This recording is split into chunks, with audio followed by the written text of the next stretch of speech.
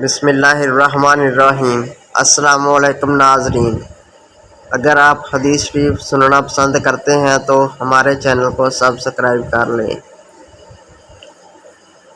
رسول اللہ صلی اللہ علیہ وآلہ وسلم نے فرمایا، کسی مسلمان کے لیے جن کے پاس وصیت کے قابل کوئی بھی مال ہو، درست نہیں کہ 2 رات بھی وصیت کو لکھ کر اپنے پاس محفوظ رکھے بغیر گزارے۔ امام مالک کے ساتھ اس روایت کی مطابقت محمد بن مسلم نے عمر بن دینار سے کی ہے۔ انہوں نے ابن عمر رضی اللہ تعالیٰ عنہ سے اور انہوں نے نبی کریم صلی اللہ علیہ وآلہ وسلم سے روایت کی ہے۔ اور ان سے رسول اللہ صلی اللہ علیہ وآلہ وسلم کے نسبتی بھائی عمرو بن حارث رضی اللہ تعالیٰ عنہ نے، جو جویریہ بنت حارث رضی اللہ تعالیٰ عنہا ام المومنین کے بھائی ہیں، بیان کیا کہ رسول اللہ صلی اللہ علیہ وآلہ وسلم نے اپنی وفات کے بعد سوائے اپنے سفید خچر، اپنے ہتھیار اور اپنی زمین کے، جسے آپ صلی اللہ علیہ وآلہ وسلم وقف کر گئے تھے، نہ کوئی درہم چھوڑا تھا، نہ دینار، نہ غلام، نہ باندی اور نہ کوئی چیز۔ رسول اللہ صلی اللہ علیہ وآلہ وسلم نے کوئی وصیت کی تھی؟ انہوں نے کہا کہ نہیں۔ اس پر میں نے پوچھا کہ پھر وصیت کس طرح لوگوں پر فرض ہوئی؟ یا راوی نے اس طرح بیان کیا کہ لوگوں کو وصیت کا حکم کیوں کر دیا گیا؟ انہوں نے کہا کہ آپ صلی اللہ علیہ وآلہ وسلم نے لوگوں کو کتاب اللہ پر عمل کرنے کی وصیت کی تھی، اور کتاب اللہ میں وصیت کرنے کے لیے حکم موجود ہے۔ عائشہ رضی اللہ تعالیٰ عنہا کے یہاں کچھ لوگوں نے ذکر کیا کہ علی رضی اللہ تعالیٰ عنہ نبی کریم صلی اللہ علیہ وآلہ وسلم کے وصی تھے، تو آپ نے کہا کہ کب انہوں نے وصی بنایا؟ میں تو آپ کے وصال کے وقت سر مبارک اپنے سینے پر، یا انہوں نے بجائے سینے کے کہا کہ اپنی گود میں رکھے ہوئی تھی۔ پھر آپ صلی اللہ علیہ وآلہ وسلم نے پانی کا طست منگوایا تھا کہ اتنے میں سر مبارک میری گود میں جھک گیا اور میں سمجھ نہ سکی کہ آپ صلی اللہ علیہ وآلہ وسلم کی وفات ہو چکی ہے، تو آپ صلی اللہ علیہ وآلہ وسلم نے علی رضی اللہ تعالیٰ عنہ کو وصی کب بنایا؟ نبی کریم صلی اللہ علیہ وآلہ وسلم حجۃ الوداع میں میری عیادت کو تشریف لائے۔ میں اس وقت مکہ میں تھا۔ نبی کریم صلی اللہ علیہ وآلہ وسلم اس سرزمین پر موت کو پسند نہیں فرماتے تھے جہاں سے کوئی ہجرت کر چکا ہو۔ آپ صلی اللہ علیہ وآلہ وسلم نے فرمایا، اللہ ابن افرا سعد بن خولہ رضی اللہ تعالیٰ عنہ پر رحم فرمائے۔ میں عرض کیا، یا رسول اللہ، میں اپنے سارے مال و دولت کی وصیت کر دوں؟ آپ صلی اللہ علیہ وآلہ وسلم نے فرمایا، نہیں۔ میں نے پوچھا، پھر آدھے کی کر دوں؟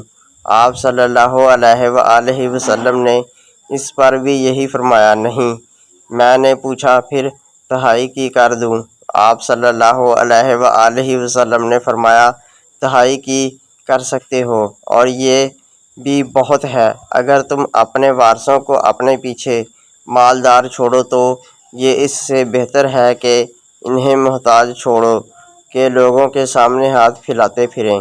اس میں کوئی شبہ نہیں کہ جب تم اپنی کوئی چیز اللہ کے لیے خرچ کرو گے تو وہ خیرات ہے، یہاں تک کہ وہ لقمہ بھی جو تم پر اپنی بیوی کے منہ میں ڈالو گے وہ بھی خیرات ہے، اور ابھی وصیت کرنے کی کوئی ضرورت نہیں۔ ممکن ہے کہ اللہ تعالیٰ تمہیں شفا دے اور اس کے بعد تم سے بہت سے لوگوں کو فائدہ ہو، اور دوسرے بہت سے لوگ اسلام کے مخالفت نقصان اٹھائیں۔ اس وقت سعد رضی اللہ تعالیٰ عنہ کی صرف ایک بیٹی تھی۔ کاش لوگ وصیت کو چوتھائی تک کم کر دیتے تو بہتر ہوتا، کیونکہ رسول اللہ صلی اللہ علیہ وآلہ وسلم نے فرمایا تھا، تم تہائی کی وصیت کر سکتے ہو، اور تہائی بھی بہت ہے۔ یا آپ صلی اللہ علیہ وآلہ وسلم نے یہ فرمایا کہ یہ بہت زیادہ رقم ہے۔ میں مکہ میں بیمار پڑا تو رسول اللہ صلی اللہ علیہ وآلہ وسلم میری عیادت کے لیے تشریف لائے۔ میں نے عرض کیا، یا رسول اللہ، میرے لیے دعا کیجیے کہ اللہ مجھے الٹے پاؤں واپس نہ کر دے، یعنی مکہ میں میری موت نہ ہو۔ آپ صلی اللہ علیہ وآلہ وسلم نے فرمایا، ممکن ہے کہ اللہ تعالیٰ تمہیں صحت دے اور تم سے بہت سے لوگ نفع اٹھائیں۔ میں نے عرض کیا، میرا ارادہ وصیت کرنے کا ہے، ایک لڑکی کے سوا، اور میرے کوئی اولاد نہیں۔ میں نے پوچھا، کیا آدھے مال کی وصیت کر دوں؟ آپ صلی اللہ علیہ وآلہ وسلم نے فرمایا کہ آدھا تو بہت ہے۔ پھر میں نے پوچھا، تو تہائی کی کر دوں؟ فرمایا کہ تہائی کی کر سکتے ہو، اگرچہ یہ بھی بہت ہے، یا یہ فرمایا کہ بڑی رقم ہے۔ چنانچہ لوگ بھی تہائی کی وصیت کرنے لگے اور یہ ان کے لیے جائز ہو گئی۔